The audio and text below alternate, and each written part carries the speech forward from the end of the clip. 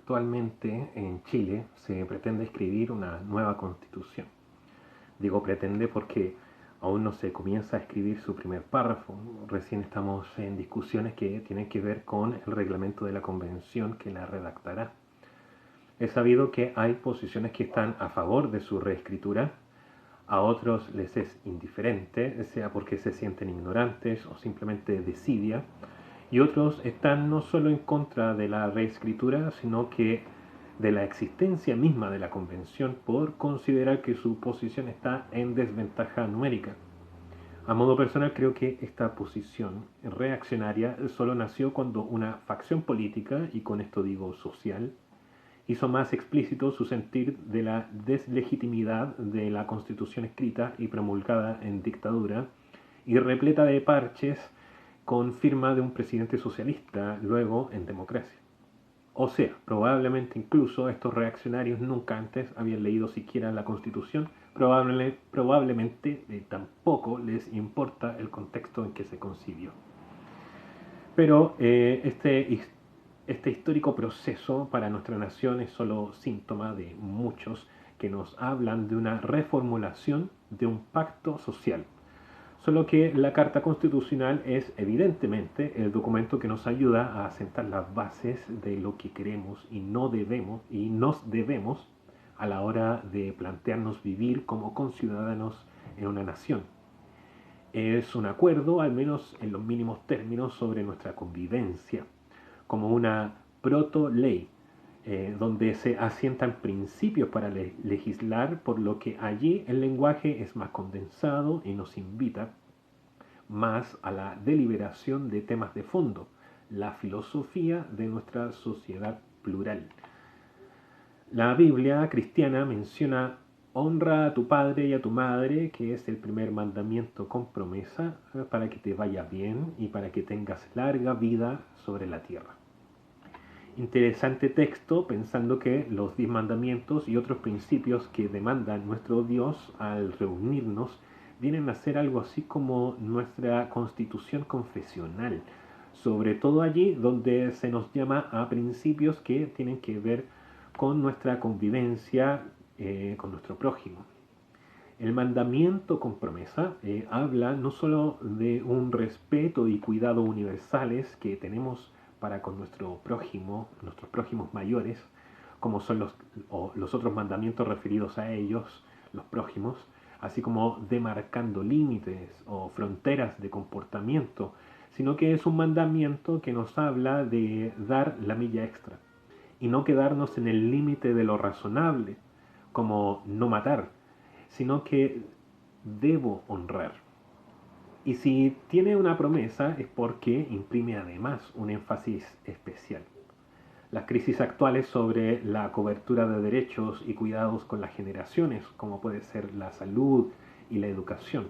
También es una crisis sobre las pensiones, que podríamos extrapolarlo a una idea de cómo nos ocupamos sobre la generación que está dando ya un paso al costado de las actividades principales al jubilarse.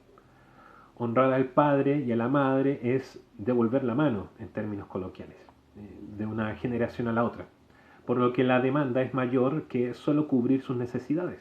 La honra también tiene que ver con un habla y un comportamiento para con las generaciones que nos anteceden. Eso, de cierta forma, nos habla sobre qué mirada tenemos a las décadas anteriores, si acaso estamos reconciliados con nuestro pasado, por complejo que sea. Los padres son nuestros primeros otros, nuestros primeros prójimos.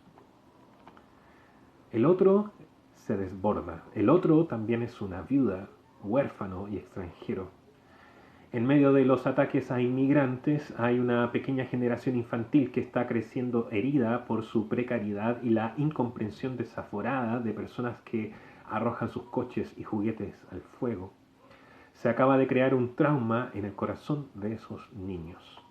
Considerando lo anterior dicho, no solo debemos preguntarnos si nuestras ciudades y naciones son seguros para nuestros hijos y los hijos que el extranjero trae o los que la viuda mantiene, sino que si nuestra nación y ciudad son seguras para los padres que alguna vez también fueron jóvenes como nosotros y trabajaron para poder tener una vida digna. O cuando para ellos, en algún momento de nuestra historia, la dignidad era una utopía cercana o una utopía sepultada por las diferencias sociales monolíticas. Nuestro nuevo pacto social contempla cumplir con honra el mandamiento. Nuestro pacto social contempla el trato que debemos tener con los que carecen de cobertura, viudas, con los que cruzan nuestras fronteras para buscar mejores oportunidades o al menos un poco más de seguridad, inmigrantes y refugiados, para la infancia que cobijamos en nuestras casas e instituciones, huérfanos. Pero, ¿qué se puede esperar de una cultura religiosa donde muchos se ven tentados hoy por la ideología libertaria que se prosterna ante la fe en el egoísmo y predica cínicamente el individualismo? Y además de una cultura religiosa que ha enseñado los mandamientos de Dios como si fueran una tarjeta donde marcar si estoy al día yo solo con Dios, para sentirme correcto, y no como principios básicos aglutinadores de una sociedad donde nos preocupamos unos por otros. Sería de esperar que en una generación donde queremos ver cumplidas las palabras de Dios, un tipo de sacerdocio negligente reciba el mensaje de otra generación más joven, atenta, diligente, de que están ellos destituidos, de que son los culpables de que el pueblo no se acerca al templo, de que han perdido la presencia de Dios y de que morirá de una forma patética, sin gloria, por acción de su propio sobrepeso, desnucados al caer de su mecedora. Ese como un mensaje divino que una generación no quisiera tener que pronunciar ante la anterior.